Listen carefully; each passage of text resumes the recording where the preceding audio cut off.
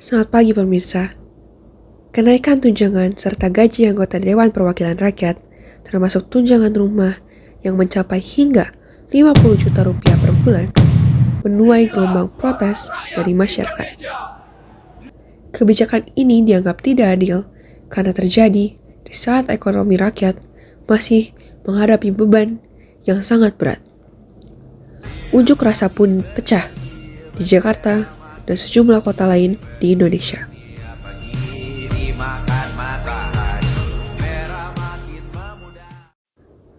Rencana kenaikan gaji dan tunjangan anggota Dewan Perwakilan Rakyat yang telah disahkan sejak Agustus 2025 menjadi pemicu polemik.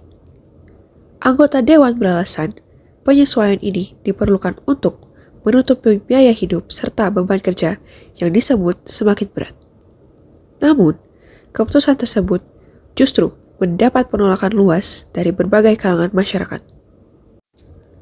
Aksi protes terbesar terjadi pada 25 Agustus 2025 di depan gedung DPR RI, Jakarta.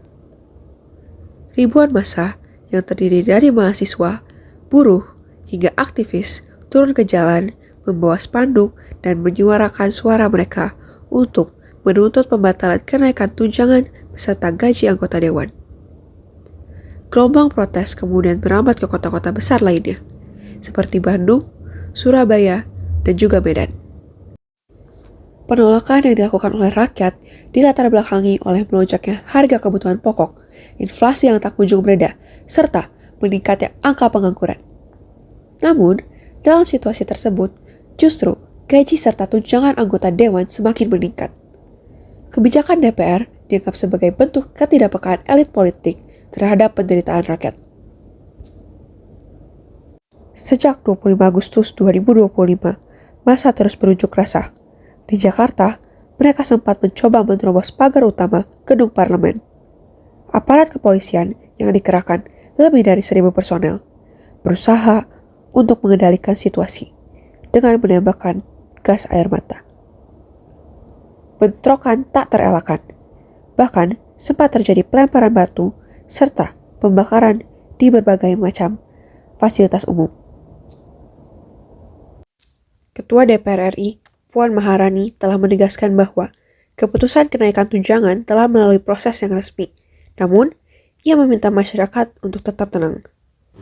Masyarakat untuk membantu memperbaiki kinerja dari DPR untuk bisa sama-sama kita perbaiki dan dalam membangun bangsa dan negara. Termasuk ada itu katanya udah dibetonin, udah dikasih beton ya depannya, itu gimana tuh Mbak Puan melihatnya Mbak Puan? Ya, mari kita sama-sama saling hormat menghormati dalam menyampaikan aspirasi. Kami juga di DPR akan menampung semua aspirasi dan tentu saja semua aspirasi itu akan kita sama-sama bicarakan untuk kita sama-sama perbaiki. Di tengah tekanan publik yang semakin menguat, sejumlah anggota DPR pun kerap menghadapi sorotan publik. Salah satunya adalah Adis Kadir dan Ahmad Syaroni, yang resmi dinonaktifkan dari keanggotaan Dewan Perwakilan Rakyat sejak 1 September 2025, setelah pernyataannya terkait tunjangan menuai kontroversi. Silahkan kritik mau ngapain aja boleh, tapi jangan mencaci maki berlebihan, itu kan karena merusak mental manusia yang begitu adalah mental orang tertolol sedunia. Lantas, bagaimana tanggapan masyarakat terkait hal ini?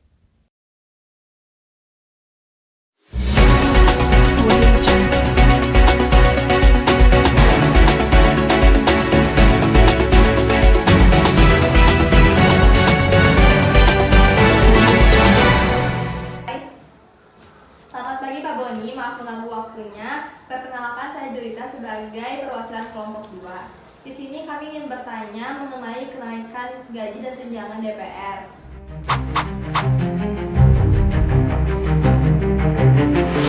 Itu menurut dalam pandangan moral Katolik ya mereka tidak punya empati, gitu. Tidak bisa berbeda rasa dengan kondisi umat. Dan kalau boleh dikatakan ya mereka mengingkari panggilan hidup mereka sebagai pelayan masyarakat.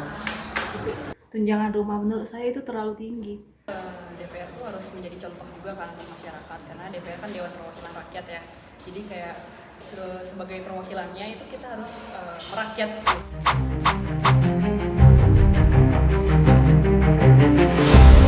Tunjangan itu tidak sebanding dengan kinerjanya mereka ya, karena masyarakat kan melihat juga gitu kan, apa yang mereka tampilkan juga tidak sebanding dengan apa yang mereka kerjakan gitu kan. Kayak mereka berfoya-foya, mereka memamerkan fasilitasnya dan segala macamnya gitu kan, sedangkan masyarakat tuh jadi melihat dan itu tidak wajar gitu menurut saya gitu. Baik, saya rasa tidak.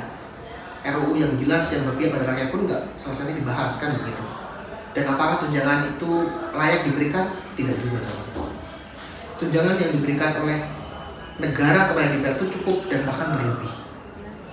Sangat tidak setimpal dengan kinerja mereka, soalnya banyak aspirasi atau keinginan rakyat kecil, terutama masyarakat bawah, yang nggak tersampaikan ke atas, sehingga pemerintah pusat kurang mengetahui keadaan-keadaan yang terjadi di kalangan lapisan masyarakat menengah ke bawah.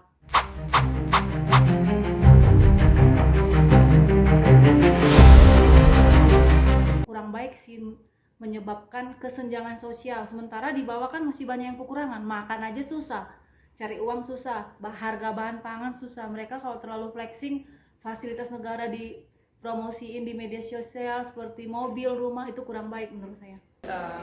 Pejabat itu karena pejabat publik, jadi kayak tidak pantas untuk bersikap seperti itu gitu, karena mereka pejabat publik itu harus menunjukkan citra yang baik gitu.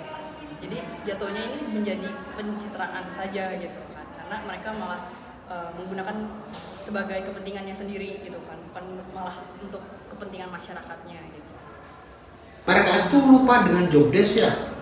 Job desk-nya mereka itu apa? Kan harusnya menyuarakan rakyat. Maka yang diunggah adalah aksi mereka untuk menyuarakan rakyat, seperti mereka lagi diskusi di rapat, mereka menyuarakan kegelisahan rakyat, mereka itu datang ke tengah-tengah masyarakat untuk melihat dan mengecek bagaimana kondisi masyarakat begitu. Nah, itu yang harus diunggah, jangan fasilitas, cuma hal yang sia-sia menurut saya.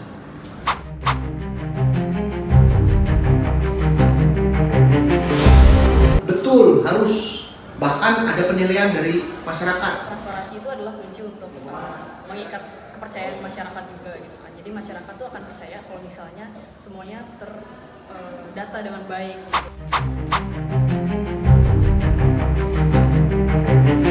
Menyuarakan isi hati rakyat, membela rakyat, menurunkan harga bahan pangan, menurunkan harga BBM, menurunkan beras, menurunkan semuanya lah. Soalnya sekarang ekonomi sulit, cari duit susah, harga-harga pun naik.